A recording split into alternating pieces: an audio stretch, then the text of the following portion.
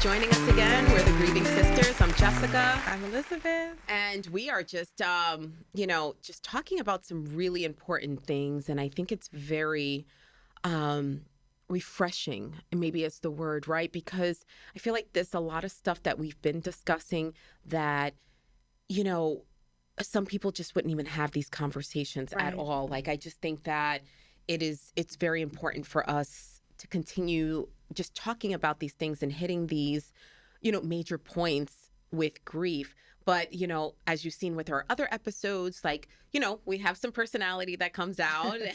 I mean, listen, we're goofballs. So and obviously I have to say, I don't know when this is going to be posted. Oh my goodness. I don't know when this is going to be posted. I know this episode will come out way later. Yes. But right now, the Knicks just made it. Literally. To the Eastern Conference. For the go. first time in 25 years. What are we doing? Yes. Yes. Funkmaster Flex Bomb. Even though we would still want you to shut up and stop dropping the bombs. But no, I'm just kidding. Sorry, Flex. Got you, boo. But we are very excited. So we hope by this time, Knicks won the Eastern Conference. And obviously, I gotta represent you in real quick because, that's we are the Knicks man. girls through and through. That's it. And thanks to Miss McDermott, too, 5th grade teacher. Oh, my God. My favorite teacher. I loved her. Ever. Sour, plain, and tall. Yo, 5th grade, first the fire. Wait, first the stop, drop, roll. Right. Enter the tampon. 5th grade was very, very pivotal in our lives. But our 5th grade teacher, Miss McDermott, had a signed poster of John Starks. Yes. In the back of the class. Well, in the entrance of the classroom. Yes. You would walk in, you would see all the desks, her desk. Yes. And then to the left, you'd walk in and John Starks would greet you at the door. It was signed. We were all Knicks fans. And like I said, 5th grade was the first grade that I had got honor roll. Yeah. And it was that teacher really made an impact. To the day. I didn't know I was smart until I had Miss McDermott in the 5th grade. And when she made you do all the questions, I did them all. And she was just like, you're really smart. And I was just like, I think that's the first time anybody really you felt it. It was I got honor roll and I was so surprised. And she was like, you never got honor roll before in this school? Yeah. And I was like, no. And she was like, so, and I told you, I ran into her. I actually, when I met John Starks and LJ, Larry Johnson, I took this picture and I said, I can't wait to send this to Miss McDermott. So then when I was in my 5th year, there's they do your 5-year, 10-year, and 25-year at the union. So there's a party and she was there. And I said, oh my God. I said to my husband, I said, this is my favorite 5th grade teacher. I said, you have to meet her. And they were just talking about Knicks and they were talking about sports. And he was like, wow, she's really a huge Knicks fan. And I said, yeah. I was like, I even asked her low key, would you cheat on your husband if you had an opportunity? She's like, hell yeah. Oh my God. She was Please like, don't watch this and be incriminating. No, I'm going to send her this link. But that's how much personality she has. That was a joke. It's a whole joke. I mean, it was oh my gosh. Does she still have her cute brunette bob? Oh my God, it's the cutest thing ever. She is so cute. She's so cute. She's the best. And I can't wait to send her this link because I'm going to email it to her. I wonder if my sister had her. I don't know. I wonder if she had me and my sister. I'm going to send you her email. We'll find out. Yes. We'll figure it out. She's in one of the grammar schools. Oh my gosh. Yes. So speaking of which, right, we're talking about this is part of our whole identity. Episode is about self-identity. Yes, right? Grief and self-identity. Right. So this is so interesting because we're this was a big part of our identity. It's becoming Knicks fans, being in the 5th grade, getting honor roll. Right. But this is more about, today's episode is about grief and self-identity. Yeah. Who are you after you've suffered and without them? A tremendous loss? Who are you without them? And it's we create such an identity around so many people. I know you have your identity with your children, with your mom. I have my identity with my husband. If you go on my social media, it's me and my husband. If you go on my picture, it's me and my kid. I don't post my kid, but if you go in there, it's but who am I? It's and then it's when you become a mom, you really lose your identity, right? Gosh.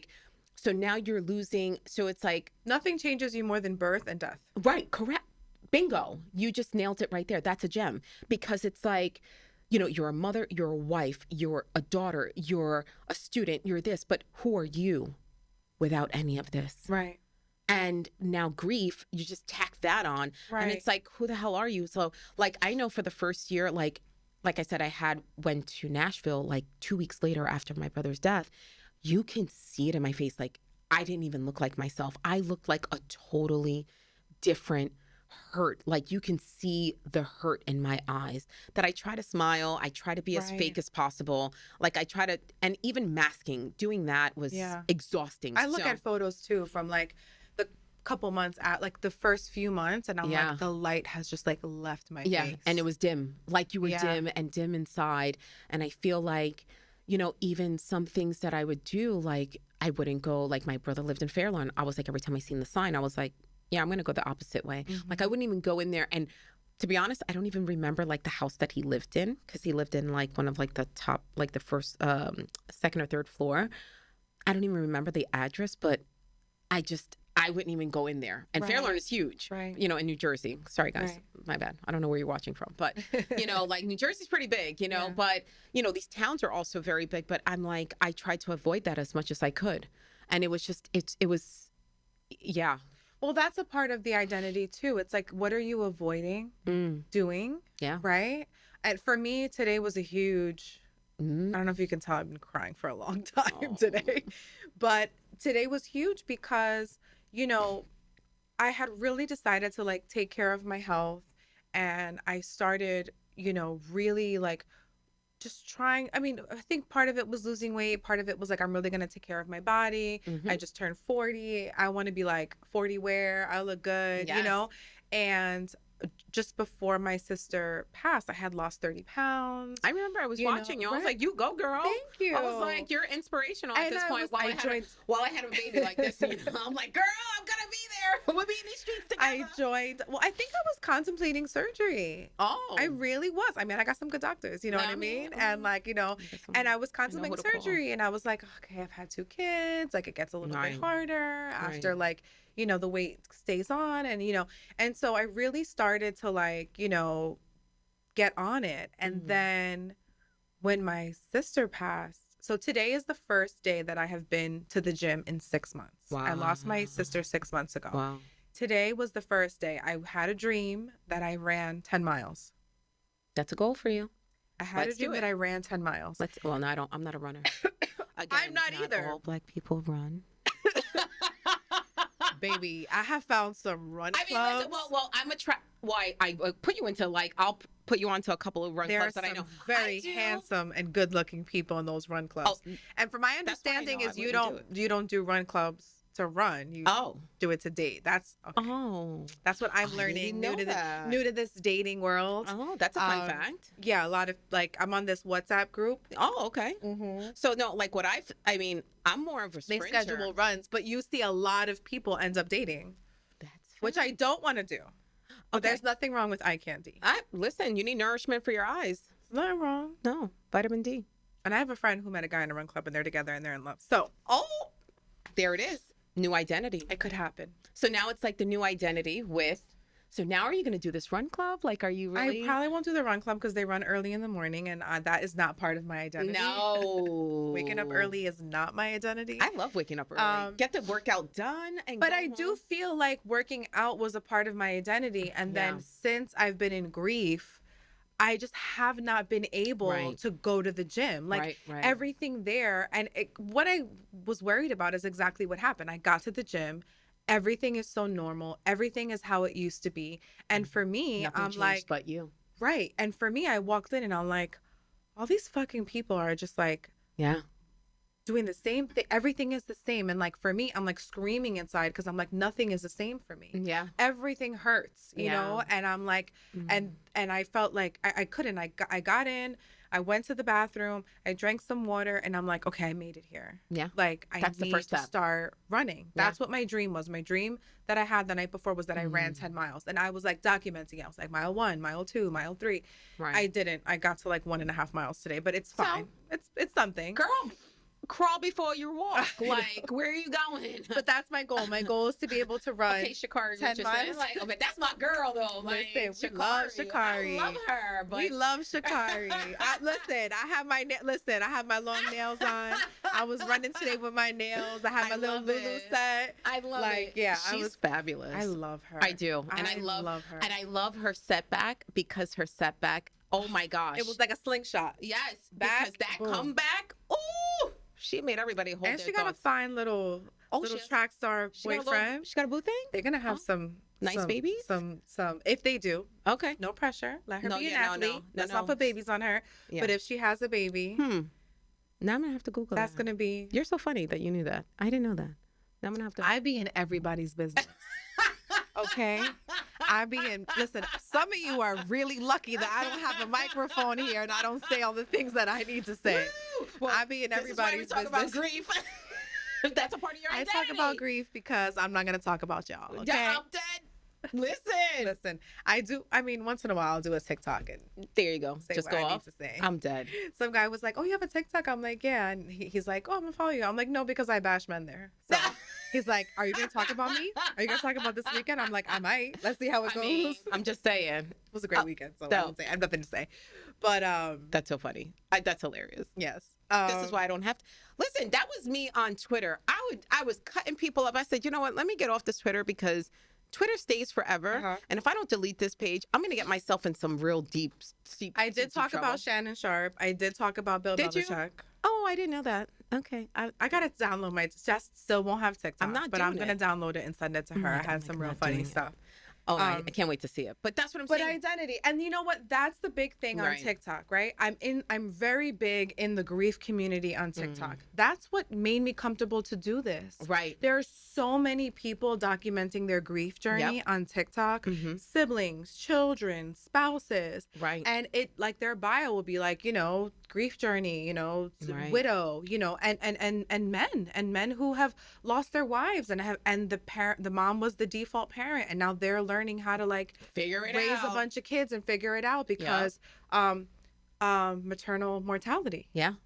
You're planning a baby and then like now you're there, you have this newborn, the mom's not there. There's nobody to breastfeed the baby. Mom's not here. That's it.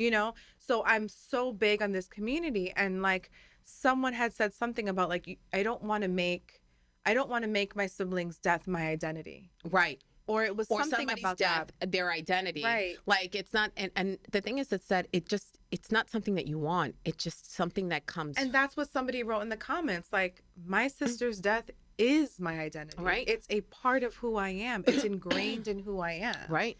And it's so true. At first in the early months of my grief, I would bring up my sister constantly. As you should. It's like somebody breathes. I'm like, my sister breathed.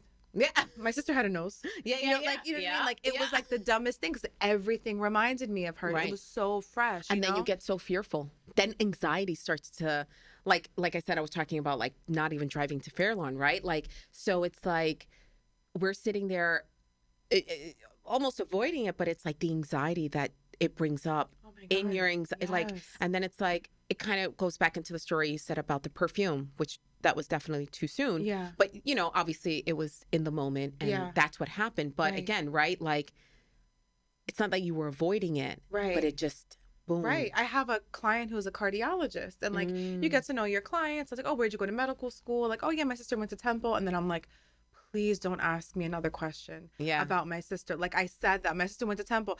I was waiting for it to be like, oh, what did she study? Oh, where is she now? Because I was like, oh my God, like it came out so easy. Right. But I wasn't prepared to like now talk about my sister and have this like moment where it's like, yeah, she's no longer with us, you know, so or stuff like that. About that. So I was getting very anxious. Then we moved on to like, another work stuff, how do I apply for this apartment? Things like that. Thank God. Right. But you do get into this like, is this my identity where I'm constantly talking about the person whom I loved who is not here anymore. Right. Or is my identity like I kind of bury it and only share it with people that I'm very close to? It's like, and I've just come to the realization that like, I never shut up about my sister when she was alive. I sure as hell am not going to stop now. Same. And you know, everybody always asks, well, how's your sister? How's your brother? And I'm like, well, my brother's dead. And, you know, my sister is doing my sister's whatever she's doing. Right. And it's like, oh, how's your mom and how's your dad? Well, my mom is great. My dad is dead. Right. And it's like, meh, like, how do you come back from that, right? Yeah. And people become awkward. Yeah. Because they're like, oh crap, like I didn't know that your brother passed or your dad passed. Right. Oh, is it on social media? And sometimes like it doesn't need to be on social media. Like sometimes a lot of things that are private doesn't belong on social media. And it kind of goes back into like our second episode that, you know, some people grieve in private, you know. You know, there was somebody that just lost her mom and she's like, listen, all I can say is that I'm devastated right now. So, and I haven't even reached out to her just because it's just not the time, at least for me. Social media has become such an amazing tool for me to find community. It's so interesting because when my sister passed, I hated social media. I hated that people put the article on Facebook. Oh my gosh. I hated that the news was saying what they thought happened in the accident. I hated that people were stealing pictures off of her Instagram and posting it like it was they had this long friendship. I like they were the bestest friends. And then it like switched to where I started made it my own. I'm like, this is my sister. And I'm going to talk about her. That's right. And then people started saying, oh my God, I have this funny story with her. And oh my God, I have this photo of her. And then I had this fear that I was like running out of photos. And people were like sending them to me, tagging them to me. And it was like, oh my God, social media. And then it stops, right? The photos, right? So it's like, wait a minute. I don't have enough photos to share anymore. I mean, so like, remember I told you, I was like, oh, I need to get access to my brother's phone. I don't have any more photos of him. I know. I was like, I hope there's no like. I have 3 of her phones. Yeah, but I'm like. And I can't get into any of them. Yeah, like they need like a police report. But I started thinking though, like I started thinking, if you died, would you want somebody to have access to everything in your phone? Right. And I couldn't wait to get in there, so that I could read our old text messages, you know. But then I remember being like, maybe I want to keep it private. That's it. Maybe like I thought about it and I was like, maybe she just wants privacy. Right. Well, even that's why I think I can't get into my brother. Want somebody to be I don't want people in my stuff. Phone. Well, and not that I have anything crazy, right? Because you know how you know how some people you show somebody a picture on your phone and they start swiping. I was like, you're not gonna find anything good. So I mean, you're just gonna find screenshots about grief. Like you're not gonna find. My phone is like juicy. 10 years of like real estate photos. Like, it is like bathrooms and faucets and ceilings and like I have hardwood floors. Like you're not finding anything juicy. So, but with that being said, right? Like, I feel like that also comes to like not an end, but like a halt, right? Like, and then it's like you're grieving that now because now you don't have all these new pictures with them, like where we are now. Right. You know what I mean? Like, look, like I don't have any pictures with my brother, with my kid. Right. You know, so it's really the pictures, like all the pictures I have are a year old. All the pictures you have are 6 years old. You know, and as time goes on, it's like, oh man, like I'll never, like I saw a photo from my cousin's Georgetown graduation and I was like, oh, this photo was 11 years ago. And it was like a picture of my sister and my daughter was like 2. And I'm like, damn, the photos between my sister and my daughter stopped at how old? 13. Yeah. Yeah. It's like she hasn't become a woman, you know, and that's like, you know, it's really crazy that we talk about that in the identity and then the chapters in their lives, right? So, you know, not to go so in depth with it, but, you know, I know someone who the mom was just like diagnosed with cancer, back to cancer again, right? And she said to me, she was like, Jess, what am I going to do? I'm only 21. I didn't get married. I didn't have a child and I'm not going to have my mom around. She goes, what do I do? Who do I have? Who's going to help me? Right. And I'm the only child. You know, sure, she has her dad and stuff, but, you know, that's just in conversation, like, you know, now you're losing your identity and you don't have, or you're changing your identity. You're growing as a person. You're going to this next chapter, but you don't have your sidekick with you, or you don't have a parent next to you, or you don't have our siblings, like our ride or dies. I've thought about that with my mom. Yeah. like, how am I going to take care of my mom without my sister? Yeah. I mean, I'm going to figure it out, but it's like, I always had my sister to like, let's do this for mom. Let's do this for mom. Let's, With me and my brother, what's the because plan? let's do this for dad, because my brother's birthday is the 21st and it's always around Father's Day. So I'm like, okay, Sean, we're going to go take out daddy. Which seafood spot are we going to this time? Let's go. He wants crab. He wants lobster. Like, let's just give him like, so it's like when they reach that certain level, that certain age in life, you just don't even argue with them. You just kind of be like, oh, okay, that's what you want to eat. Then you know what? Let's go get that, because you know what? Tomorrow, we don't know. So it's like, with all that being said, it's like, wow, we really do combine identity with our grief, and we don't even realize that this is actually like a real thing. And it's okay to not know who you are for a bit. Right? Yeah. Because I think I'm still in my angry stage. I don't know. You know what I mean? But the stages are all over, right? Like you're not going to get it like linear. Like, it's not going to be like, okay, well, this is this. What I can say is that since my sister has passed, I am like, like, I will tell you to fuck off. Yeah. Because my sister was a very strong person. Yes. And my sister was like, if you're not treating me, goodbye. Right. Like, I've always loved the way she was able to be like, cause she was doing too many things. She had too many goals. She didn't have time to like be with the drama or the bullshit. Right. You know what I mean? Right. So it's like something she taught me is like, you don't have to stay unhappy. Right. Like, go be happy. Go do what makes you happy. Go be about your goals. That's right. And she did. She was always about her goals. And she ended up meeting somebody who was about his goals. And they were, it's like, if you keep following your path and what you want, whoever's meant to be in your life will find their way to you. Absolutely. Absolutely. No, I need to like do this because then I'm gonna like, this is how things are gonna work for me. No, you can't control it. Right. You're not allowed to control it. And even saying that, like, grief does alter like your routines, like your routine thing. Like I was saying, like about Father's Day, like Mother's Day. Now your birthday is coming up too, again, right? Like, so we're in real time recording this, but when this airs, it's going to be after, right? And now it's altered, right? Because you usually celebrate with her. Oh my God, it's so altered. Right. Like ever since she passed, I've been like, I'm not celebrating a birthday. If somebody brings me a cake, I'm gonna throw it out. Like, that's where I am. Like, I'm not ready. Like, she would not like that. She would want me to like have like a crazy thing. But it's like, I'm just going to get drunk and start crying anyway. So it's like, but maybe I'm going to do that anyway.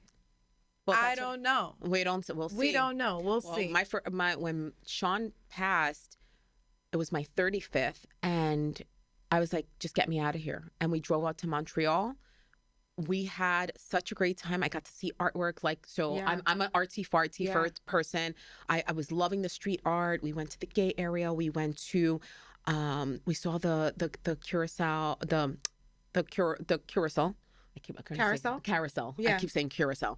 That means I need to go back there. But like their street art, and just enjoyed the food and just really got my mind off of it. But I mean, we had a bottle of Moet and it was gone in 10 minutes. Like, right. Guzzle. Well, right. It's like, what's my agenda? I used to be like, I don't drink. I don't like to drink. Now I'm like, I'm going to have the champagne. Why not? I'm going to have the champagne. I'm going to have a good time. I'm going to try and enjoy. Also, I'm going to spend a lot more time with family. That's it. And being intentional about it. And didn't I just say that to you a couple of days ago? I was like, I've noticed that it's not that I'm isolating myself away from people. I'm just now being more cognizant and being more intentional with my time, and not wasting my time on BS, on people that just want to gossip, that people that just want to, they don't have, and it's not anything to offer that I'm looking for something, a transactional thing or a transactional friendship, but let it be intentional. Hey girl, like, let's go for some coffee and just chat it up. Well, that's another thing too. Like, you try to make time with your friends and you plan like a dinner. Yes. But it's like, let's just meet up for like a quick, like I saw one of my friends for 10 minutes today. Oh, I love that.